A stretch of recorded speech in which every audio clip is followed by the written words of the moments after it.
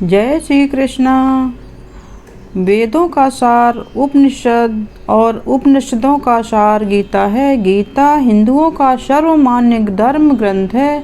गीता को पढ़ने और समझने से सभी तरह के दुखों का अंत हो जाता है। यह हमें जीवन जीने की कला सिखाती है। आओ जानते हैं गीता के 11 मोटिवेशनल क्वेट्स जो आपका जीवन बदल देंगे।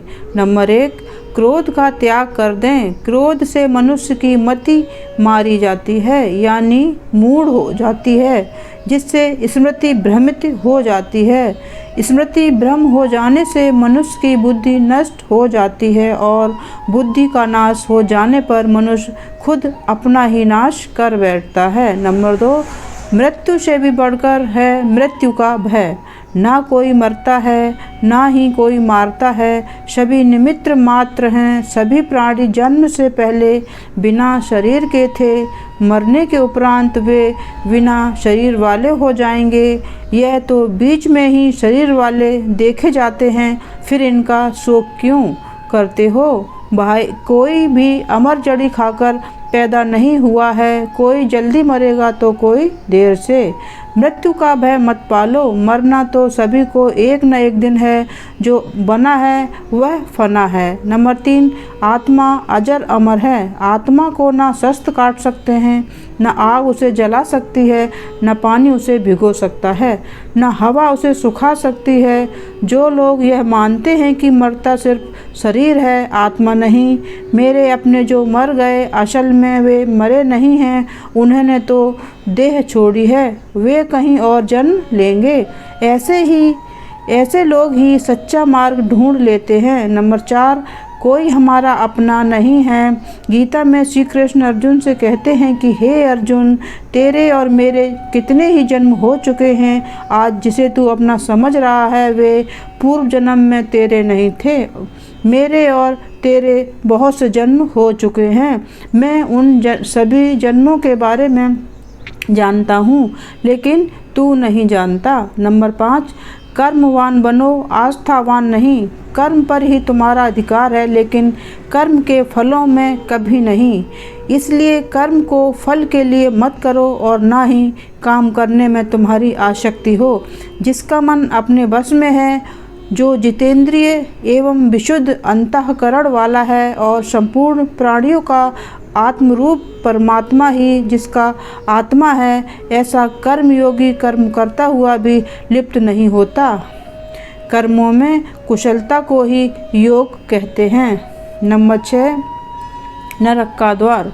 काम, क्रोध तथा लोभ, ये 3 प्रकार के नरक के द्वार सर्व अनर्थों के मूल और नरक की प्राप्ति में हेतु होने से यहाँ काम, क्रोध और लोभ को नरक का द्वार कहते हैं। आत्मा का नाश करने वाले अर्थात उसको अधोगति में ले जाने वाले हैं। अतएव इन तीनों को त्याग देना चाहिए। नंबर 7, व्यर्थ की चिंता छोड़ वर्तमान में जियो। क्यों व्यर्थ चिंता करते हो? किससे व्यर्थ डरते हो? कौन तुम्हें मार सकता है? आत्मा न पैदा होती है न मरती है। जो हुआ वह अच्छा हुआ, जो हो रहा है वह अच्छा हो रहा है, जो होगा वह भी अच्छा ही होगा। तुम भूत का पश्चाताप ना करो, भविष्य की चिंता ना करो, वर्तमान चल रहा है। नंबर 8, लगाव ही दुख का कारण है। तुम्हारा क्या गया जो तुम रोते हो? तुम क्या लाए थे जो तुमने खो दिया? तुमने क्या पैदा किया था जो नाश हो गया? ना तुम कुछ लेकर आए, जो लिया यहीं से लिया, जो दिया यहीं पर दिया, जो लिया इसी भगवान से लिया, जो दिया इसी को दिया। खाली हाथ आए और खाली हाथ चले। जो आज तुम्हारा है कल और किसी का था, परसों किसी और का होगा। तुम इसे अपना समझकर मग्न हो रहे हो। बस यही प्रसन्नता तुम्हारे दुखों का कारण है। नंबर 9, परिवर्तन को समझो और उसके साथ रहो। परिवर्तन संसार का नियम है, जिसे तुम मृत्यु समझते हो वही तो जीवन है। एक क्षण में तुम करोड़ों के स्वामी बन जाते हो, दूसरे ही क्षण में तुम दरिद्र हो जाते हो।